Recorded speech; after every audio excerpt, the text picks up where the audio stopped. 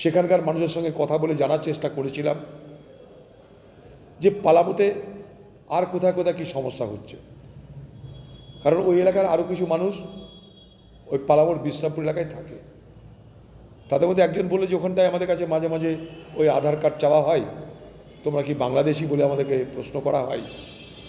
তা আমি ওইখানে বসে বসেই প্রথম হেমন্ত সোরেন, ঝাড়খণ্ডের যিনি মুখ্যমন্ত্রী, তার সঙ্গে যোগাযোগ করার চেষ্টা করলাম, তিনি বিদেশে। তারপরে ওখানকার আইজি শৈলেন্দ্র কুমার, তার সঙ্গে যোগাযোগ করেছি। ওখানকার এসপি, তার সঙ্গে যোগাযোগ করেছি। একটা খুব দুঃখজনক ঘটনা ঘটেছে। বেলডাঙ্গার একটা পরিযায়ী শ্রমিক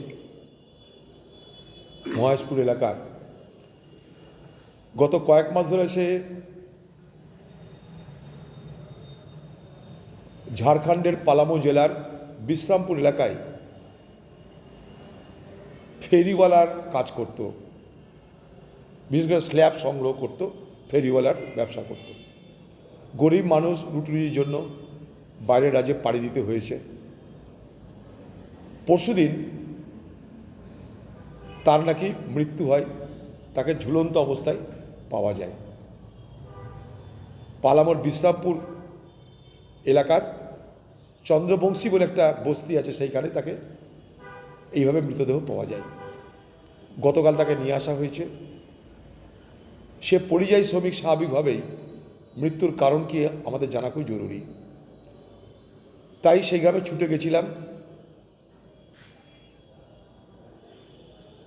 সেখানকার মানুষের সঙ্গে কথা বলে জানার চেষ্টা করেছিলাম যে পালামোতে আর কোথায় কোথায় কী সমস্যা হচ্ছে।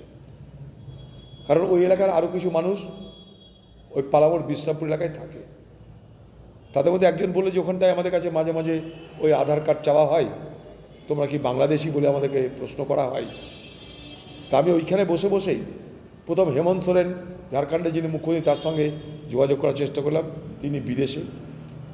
তারপরে ওখানকার আইজি শৈলেন্দ্র কুমার, তার সঙ্গে যোগাযোগ করেছি। ওখানকার এসপি, তার সঙ্গে যোগাযোগ করেছি। এবং শৈলেন্দ্র কুমার, যিনি আইজি পালামোর এলাকার, তাকে আমি বলেছিলাম আপনি সব ঘটনা জেনে যদি সম্ভব হয় আমাকে একটু জানাবেন, এখানকার মানুষ খুব টেনশানে আছে। আমি যখন ফিরছি গ্রাম থেকে, তখন সেই আইজি শৈলেন্দ্র কুমার আমাকে ফোনও করেছিলেন। তিনি বললেন যে সম্ভবত প্রাইমা ফেসি সম্ভবত মনে হচ্ছে যে এটা আত্মহত্যা। কারণ তার ঘরের জিনিসপত্র কালকে রাত্রেও, পরশু মৃত্যুর দিনও তার ঘরের ডিম ঠিমগুলো দেখা গেছে, খাওয়া দাওয়া করেছে। তবুও আপনারা যখন বলছেন, আমি একটা পূর্ণাঙ্গ তদন্ত করব। পাশাপাশি আমি এটাও বলেছি যে আমি কিন্তু সেখানটায় যাব। আমার একথা বলার উদ্দেশ্য দুটো। এক, যিনি মারা গেছেন আলারউদ্দিন, তার মৃত্যুর কারণ এটা স্পষ্টভাবে জানা দরকার। ওনারা কথা দিয়েছেন যে আমরা তদন্ত করব। এখনই আপনাকে জানাচ্ছি যে সম্ভবত এটা আত্মহত্যা। কারণ তার দেহের কোথাও আঘাতের চিহ্ন নেই, এক্সটার্নাল কোনো ইনজুরি নেই, দেহে কোনো আঘাতের চিহ্ন আমরা পাইনি।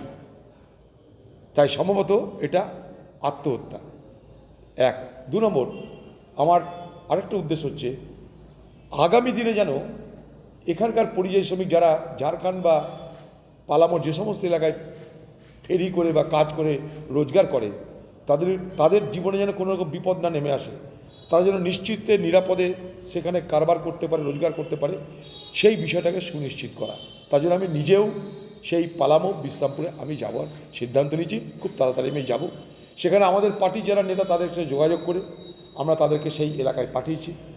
তারা সেখানটায় যাচ্ছে এবং তারা বলছে আমরা এফআইআর করা থেকে আরম্ভ করে তদন্ত যেখানে যা সমস্যা সব আমরা করাবো। আমরা রওনা দিয়ে দিয়েছি অলরেডি সেই এলাকার দিকে।